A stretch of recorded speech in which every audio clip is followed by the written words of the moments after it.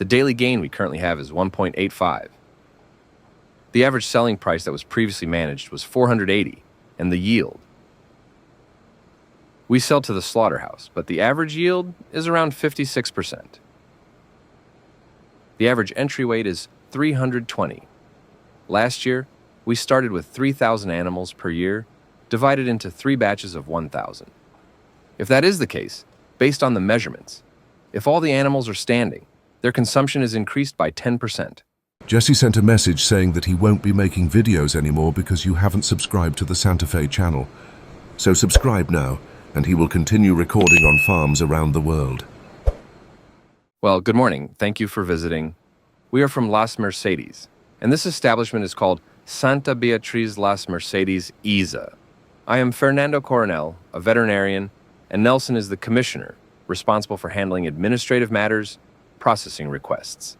Our headquarters, our office, is in Asunción, and essentially we are an agricultural company, operating in both crop farming and livestock production. We also used to work with reforestation. Our company operates with a full-cycle system. We have 2 establishments, one called La Pertinac, which focuses on breeding and rearing, while we focus more on feedlot finishing and rearing.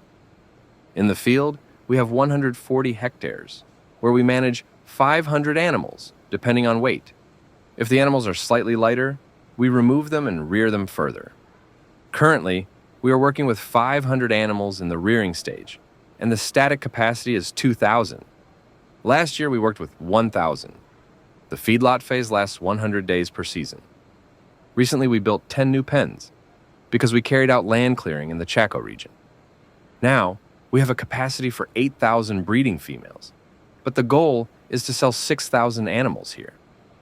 That is why we added these 10 pens, increasing the capacity by another 1,000 animals. This way, every 100 days, we will have 2,000 animals, totaling 6,000 per year, which is our sales target. Regarding genetics, we use Zebu cattle, specifically the Nelore breed. We also use Red Brangus, which is the most commonly employed, along with some Senepol, creating a genetic mix. The current daily gain is 1.85. First, when we receive the animals, we follow a health protocol. However, since they come from the Chaco and arrive quite stressed, we allow them 1 week in paddocks with electric fences.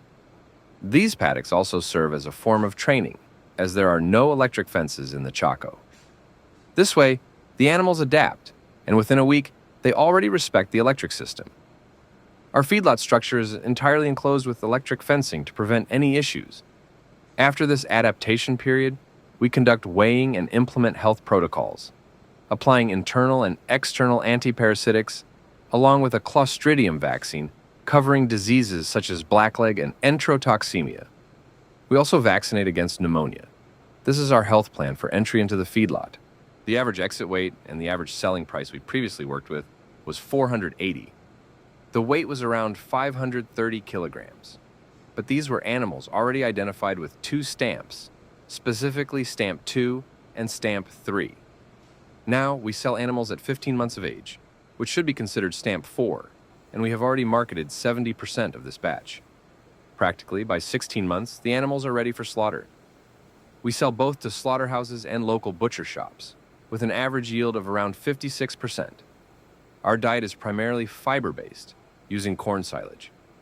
As an energy source, we use ground high moisture corn. For protein, we use distiller's grains, and also 2 types of supplement blends, one containing 5% urea and another without urea. At the beginning of the adaptation process, the animals receive a diet with a higher protein content to support muscle and bone development. Once the animals reach good carcass conformation, after 1 or 2 months on the growth diet, the finishing phase begins, lasting about a month, with a higher energy supply to promote fat deposition. There are 3 types of diets. The adaptation diet, administered when the animal arrives without having fed, lasting at least 14 to 15 days. The growth diet, maintained for about 2 months to encourage body development. And finally, the finishing diet in the last month, with a higher energy content to ensure good carcass finishing. The average entry weight is 320 kilograms, and the goal is to provide a gain of approximately 160 kilograms per animal. Practically the entire herd is identified with a blue liquid brand belonging to the same owner with no purchase of third-party animals. Basically, the calves are raised in the Chaco and finished here, allowing the company to complete the full production cycle. Last year, we started with 3,000 animals per year, divided into 3 batches of 1,000. This year, we aim to reach 6,000 as we have our own raw materials. We operate on a 1,350-hectare farm, where we cultivate the necessary inputs for animal feed, and the idea is to continue expanding. Currently, we are finishing the batch of Stamp 4 in the Chaco, while Stamp 5 animals are already being born. We are advancing the process by nearly a year, as we previously marketed animals with 2 stamps. If we continue at this pace, we will be able to grow even further. We are also testing a cattle boarding model, bringing in 700 animals for evaluation. Regarding temperature, since our herd is predominantly composed of zebu or crossbred animals, we have observed differences in performance. We conducted a comparison, and the zebu cattle showed slightly higher gains. For this reason, we always keep the zebu animals separate, as we notice they follow a different feeding pattern compared to hybrids. While hybrids consume the available feed quickly, zebu cattle feed at a more relaxed pace, requiring a different strategy. Additionally, due to climatic conditions, we raise animals with short hair and without excess skin in the neck and dewlap area, which facilitates their adaptation to the heat. Regarding the health protocol, we apply a fast-acting external antiparasitic for tick control, with a 35-day withdrawal period. Since our finishing cycle lasts an average of 85 days, we cannot use products with withdrawal periods exceeding 100 days. Furthermore, as previously mentioned, we administer vaccines against Clostridium and respiratory diseases, as well as a poron treatment for fly and tick control. The feed bunk reading is done at 5 a.m., right at the first hour of the day. We observe how the animals are feeding. When all of them eat uniformly, we increase the quantity by 10%, depending on the animal's behavior. If there is some leftover feed in the bunk, we adjust for a 5% increase. If the animals are all lying down and there is not much leftover feed, we keep the supply unchanged, meaning 0%. When there is a small amount of leftover feed and some animals are lying down while others are still standing, we increase only by 5%. On the other hand, if there is a significant amount of leftover feed and all the animals are lying down, we reduce the supplied amount by 10%. This feed bunk reading is always performed in the first hour of the morning, once per day. And who does these reading? You? Yes, I am the one who does the feed bunk reading. If that is the case and I take the measurement and all the animals are standing, we increase consumption by 10%.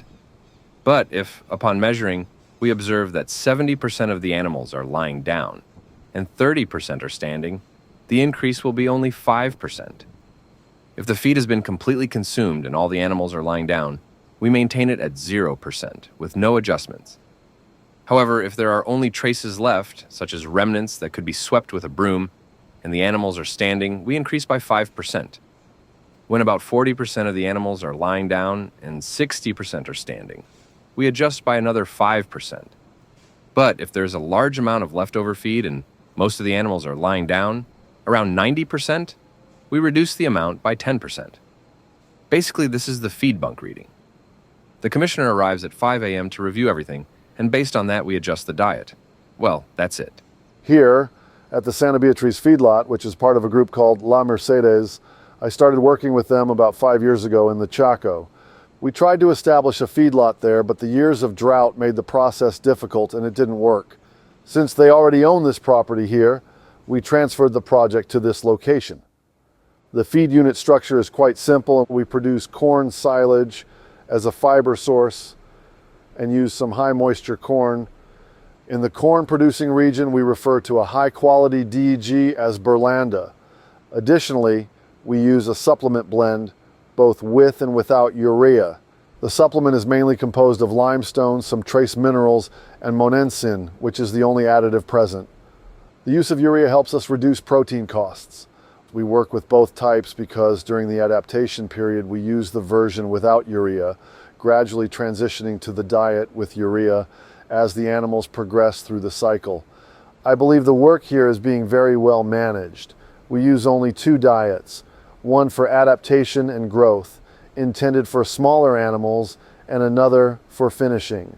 This year, weight gain has been exceptional, close to 2 kilograms per day, with some batches even exceeding that mark. Normally, diets are formulated for a gain of 1.5 kilograms per day or slightly more, and here we have achieved well above average performance. This result is a testament to the team's work. In summary, this year, 3,600 head of cattle passed through the feedlot, and for next year, the plan is to reach 6,000, all coming from the Chaco. Here, the focus is exclusively on agriculture and feedlot operations. As a country, we need to invest more in feedlot systems.